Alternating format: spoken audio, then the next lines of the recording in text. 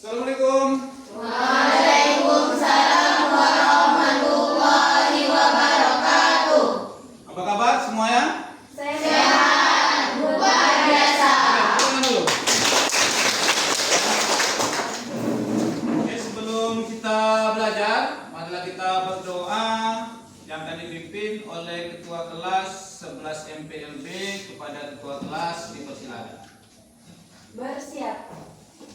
Sebelum belajar, marilah kita berdoa menurut agama dan kepercayaan masing-masing. Berdoa dimulai.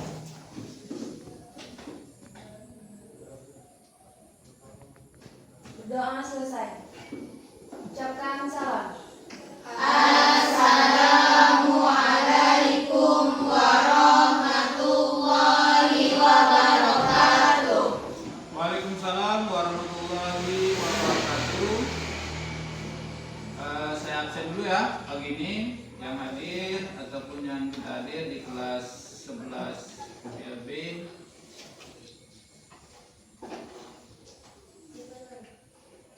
Atas nama Safira hadir, Hadir Pak. Winda Safitri ya. Oke, sebelum belajar kita mulai belajar kita dengan semangat. Biasa kita menggunakan tepuk semangat. Nah, kita coba tepuk semangat.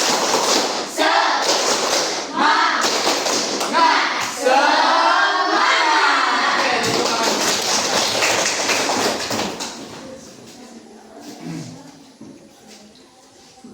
Untuk siswa semuanya, kali ini kita buka buku kita, judulnya tentang Bhinneka Tunggal Ika. Oke, silakan dibuka bukunya semuanya. Bhinneka Tunggal Ika.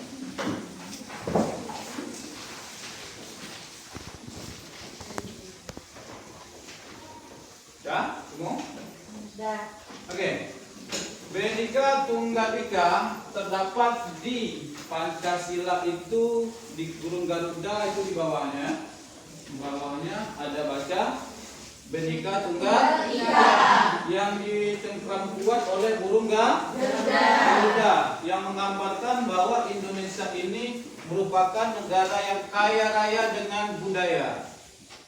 Negara yang kaya dengan budaya, dengan ragam, dengan ras, dengan suku, bangsa. Ya, jadi dengan ramainya suku bangsa di Indonesia ini perlu kita semua bersatu dalam bentuk Bhinneka Tunggal Ika. Dalam arti Bhinneka Tunggal Ika itu adalah walaupun berbeda-beda tetapi tetap satu. Ya, satu juga. Ini zaman perjuangan, zaman terdahulu Bhinneka Tunggal Ika ini sangat penting, termasuk di zaman sekarang ya. Di zaman penjajahan, kalau kita tidak menganut Bhinneka Tunggal Ika, mungkin negara kita belum merdeka ya. Yang agama sibuk dengan agamanya, kemudian yang budaya sibuk dengan budayanya, tak mau bersatu, Indonesia tidak akan merdeka dia. Nah, tapi dengan teguhnya ya para pejuang kita terdahulu membuat Bhinneka Tunggal Ika ini semakin power dia, semakin mantap ya. Dengan kitanya bersatu, sukunya bersatu, sosial kita bersatu, mau bergotong royong ya. Kemudian tidak membedakan suku, ras dan bangsa, kita sama-sama berjuang untuk merebut kemerdekaan. Kalau sekarang fungsinya untuk bagaimana cara kita mengisi kemerdekaan. Bagaimana cara kita mengisi kemerdekaan itu dengan Bhinneka Tunggal Ika ini. Jelasnya dengan bersatu. Nah, ini ada bangsa etnis Tionghoa. Ini dari Minangkabau, betul? Betul. Ini ada suku Melayu. Ya, ada orang Batak juga. Berbaur kita dalam satu kelas dengan satu tujuan untuk mengisi kemerdekaan tadi. Oke. Sebelum kita lanjut, ada beberapa hal yang penting ya yang kita perlu tahu, yaitu bahasa tentang primordialisme. Siapa yang paham tentang hal itu? Ya, silakan.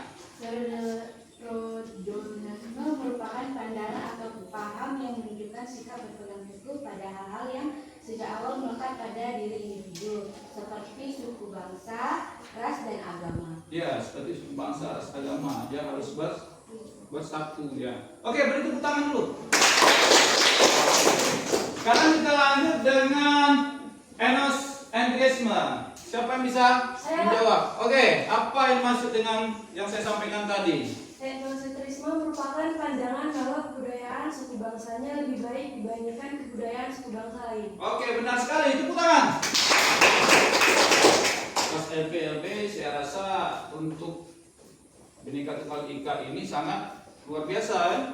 Nah, karena kita di sini semuanya bersatu ya, ras-ras yang ada ini antara Tionghoa sama Melayu sama Jawa tak ada yang lain ya.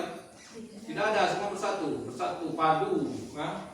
Bercerai kita runtuh kalau bercerai. Kemudian untuk fanatisme, siapa yang bisa jawab kira-kira? Apa itu?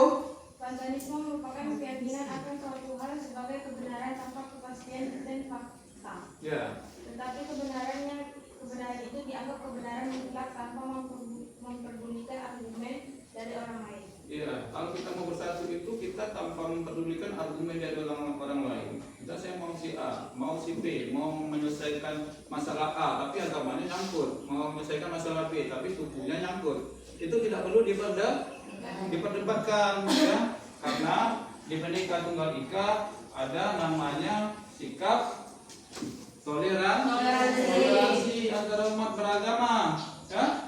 Untuk semua yang harus kita pahami hal itu. Jadi walaupun kita berbeda-beda, tapi kita tetap satu tujuan ya. Kemudian untuk hari ini materi kita mengenai Bhinneka Tunggal Ika, saya rasa 11 MPLB sudah cukup memahami ya dan bisa menjawab beberapa pertanyaan dari saya. Saya rasa kamu sudah luar biasa. Tepuk tangan dulu semua. Oke, anak-anak semuanya, untuk minggu depan kita bagi menjadi 4 kelompok ya, yang MPLB 9 MPLB di sini, kelompok 1, MPLB 2, MPLB 3 dan MPLB 4. Jadi ada 4 kelompok. Kemudian untuk Bhinneka Tunggal Ika tadi yang setelah saya terangkan, ya, bagaimana caranya agar kamu bisa menerapkan Bhinneka Tunggal Ika itu minimal di sekolah, minimal di keluarga. Tuh, siapa bisa jawab? Oke, silakan. Menerapkan Bhinneka Tunggal Ika di keluarga. Bhinneka Tunggal Ika itu sebenarnya lebih efektif diterapkan dengan sikap tegas, tapi tetap menghargai, bukan dengan kekerasan atau paksaan. Karena inti dari Bhinneka Tunggal Ika adalah menerima perbedaan, bukan menekan perbedaan. Oke, ada yang apa? Yang menyanggah atau yang memberi masukan untuk kelompok lain atau individu lain? Oke, silakan. Ya, bagaimana? Menurut saya jawabannya kurang tepat. Ya, kurang tepat. Dan tepatnya gimana tuh? Menurut saya tidak perlu dengan kekerasan, akan tetapi mulai dari sikap sehari-hari, tunjukkan bahwa perbedaan itu wajar. Ya. Misalnya, kalau ada anggota keluarga yang punya selera makanan, hobi atau pandangan berbeda, respon dengan kalimat yang mengerti seperti, "Oh, menarik ya, kamu sukanya begitu." Sikap kecil itu bisa dijadikan contoh yang kuat. Yang kedua, biasakan mendengar, bukan langsung menghakimi. Kadang konflik muncul karena ingin cepat benar. Coba beri ruang setiap anggota keluarga untuk bicara. Dengarkan sampai selesai sebelum memberi tanggapan. Ini membuat semua merasa dihargai. Yang ketiga, gunakan bahasa yang lembut. Saat ada perbedaan pendapat, hindari nada tinggi atau kata-kata yang menyudutkan. Ganti dengan kalimat seperti, "Menurutku begini, tapi aku juga ingin tahu pendapatmu." Oke, jawaban yang bagus ya, daripada rekan kamu juga ya. Tapi tidak salah juga untuk kawan kamu juga untuk menjawab yang pertama. Cuma ada tambahan dari yang kedua ya. Jadi saya rasa untuk Bhinneka Tunggal Ika di rumah itu baiknya dengan kelembutan ya, dengan suara yang rendah, dengan hal-hal yang paling kecil. Nah, untuk Bhinneka Tunggal Ika-nya, seperti apa Bhinneka Tunggal Ika yang ada di Indonesia yang kamu ketahui? Seperti suku, agama, budaya, dan bahasa. Semuanya tetap bersatu sebagai satu bangsa Indonesia. Semboyan ini berasal dari kitab Bakawi Sutamoa yang ditulis oleh Empu Putra Tunggal pada masa kerajaan Majapahit.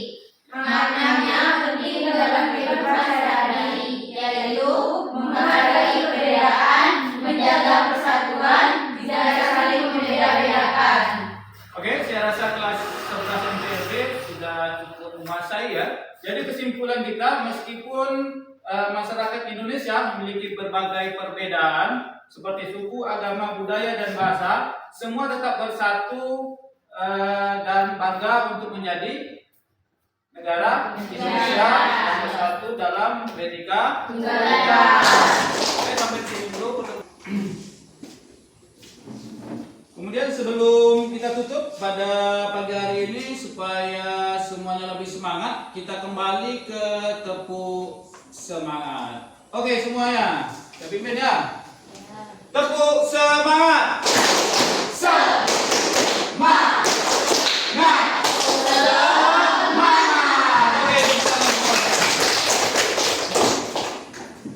Oke, saya cukup sampai di sini. Saya mohon izin pamit. Salam